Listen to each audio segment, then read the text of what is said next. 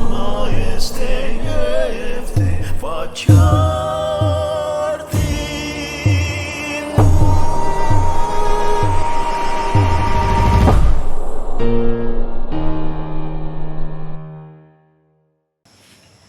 Bapak Ibu dan saudara-saudari yang terkasih dalam Tuhan kita Yesus Kristus, perkenalkan saya Frater Yosia Wapia. Kali ini kita akan membahas krisis panggilan kaum klerus atau kaum tertabis dalam gereja Katolik dan hukumannya menurut undang-undang gereja Katolik atau yang kita kenal dengan Kitab Hukum Kanonik. Secara singkat kita sebut dengan KHK. Ini kita akan bahas tema yang sudah disebutkan tadi, itu krisis panggilan. Dari sekian banyak masalah yang ada, kita akan bahas 9 poin. Di antaranya yang pertama,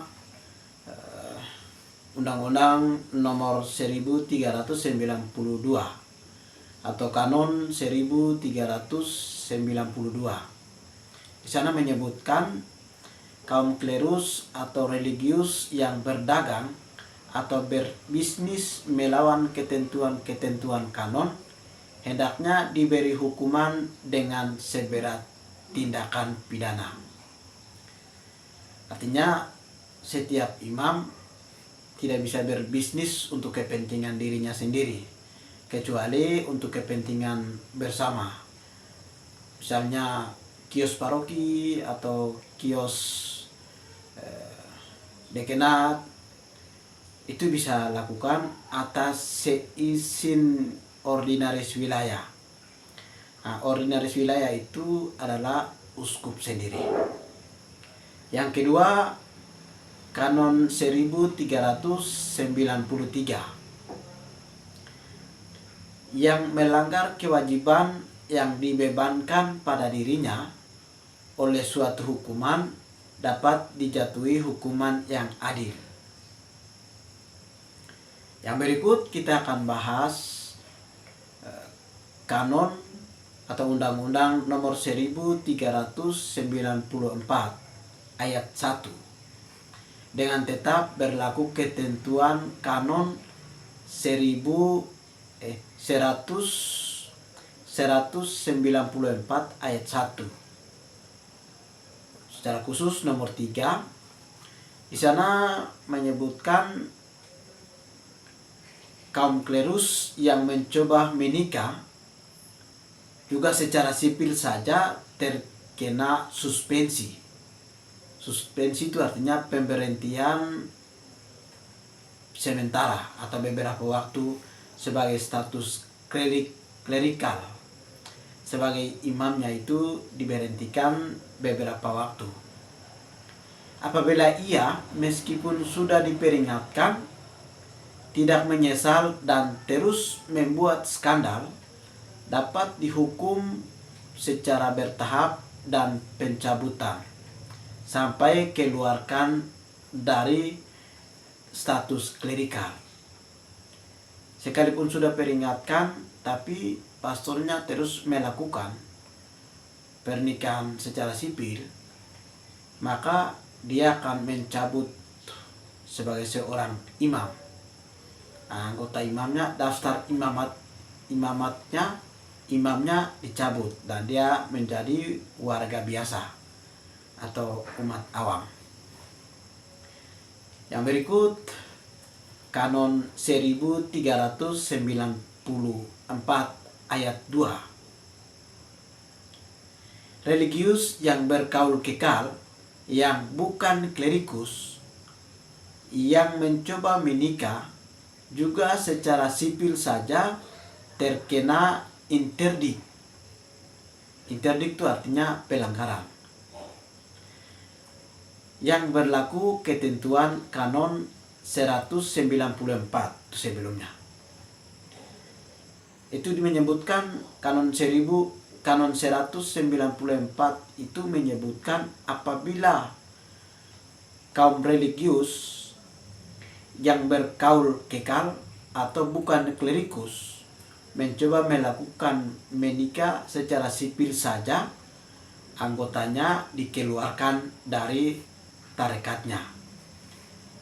Kanun ini secara khusus membahas untuk mereka yang ordo, misalnya suster atau pastor-pastor yang OFM atau OSA atau tarekat-tarekat yang lain, SVD dan yang lainnya.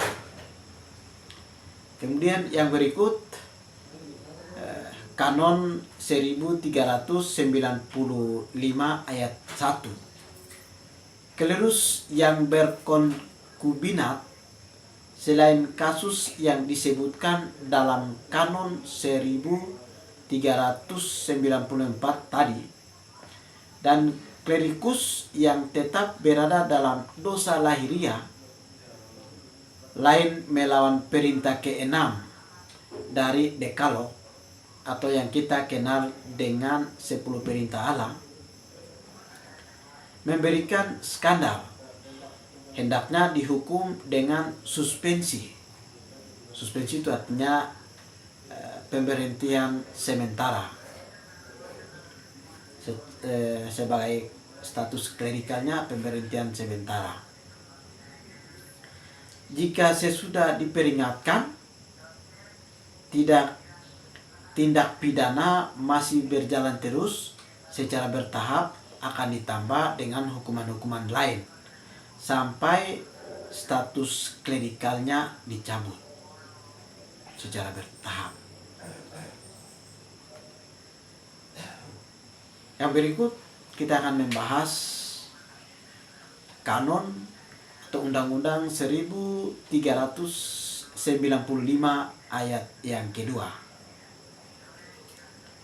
Klerus yang melakukan kejahatan lain melawan perintah ke-6 dari Dekalog atau 10 perintah Allah, apabila tindak pidana itu dilakukan dengan paksaan atau ancaman atau secara publik atau dengan anak di bawah umur 16 tahun ke bawah, hendaknya dihukum dengan hukuman lain yang adil, tidak terkecuali jika perlu dikeluarkan dari status klerikal. Kalau dia buat kejahatan sesuai dengan perintah 10 perintah Allah, perintah ke-6, juga dengan anak usia di bawah 16 tahun, maka bisa keluarkan sebagai imam. Status imamatnya bisa cabut. Yang berikut kita akan bahas Kanon 1396. Di sana mengatakan yang melakukan pelanggaran berat terhadap wajib residensi yang mengikatnya atas dasar jabatan gerejawi, hendaknya dihukum dengan hukuman yang adil dan terkecuali pemberhentian dari jabatan setelah diberi peringatan. Kalau dia melakukan pelanggaran lagi, maka beri peringatan terus menerus dengan hukuman yang seadil-adilnya. Yang berikut kita akan bahas Kanon 1387. Yang melakukan pembunuhan atau secara paksa atau dengan muslihat menculik atau menahan atau membuat cacat atau secara berat melukai manusia, hendaknya dihukum sesuai dengan beratnya tindak pidana dengan pencabutan dan larangan-larangan yang disebutkan dalam Kanon 1336. Sedangkan pembunuhan terhadap orang-orang yang disebutkan dalam Kanon 1370 dihukum dengan hukuman-hukuman yang ditetapkan dalam kanon di situ.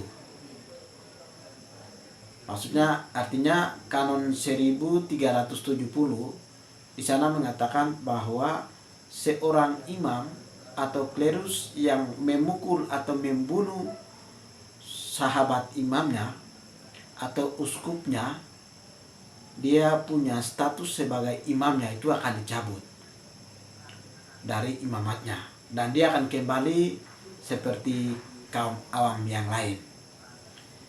Nah, proses cabutnya ini tidak dari uskup, tidak juga dari pastor, tapi ini cabut dari uskup atau paus di Roma. Dia yang punya hak untuk mencabut status sebagai klerus atau imamatnya. Yang terakhir, Kanon 1398 yang melakukan pengguguran kandungan dan berhasil terkena, maka ekskomunikasi. Ini menggugurkan kandungan, ekskomunikasi. Selain cabut sebagai imamat, status imamatnya dari seorang imam atau pastor, tapi juga dia dikeluarkan dari daftar gereja Katolik. Diekskomunikasikan, dikeluarkan dari gereja Katolik. Nah, dia mau gereja atau ke gereja yang lain atau ke agama yang lain, terserah, yang penting keluarkan dari Katolik. Bapak Ibu dan saudara-saudari yang terkasih, terima kasih banyak. Inilah proses-proses yang mengarah pada krisis panggilan. Krisis panggilan terhadap kaum imam di keuskupan masing-masing. Nah, ini tidak hanya berlaku untuk di Papua, tapi juga di Indonesia. Namun ini untuk kepentingan seluruh dunia. Terima kasih banyak.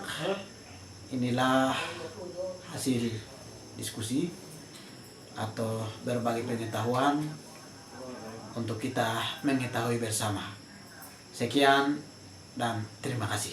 Your Majesty,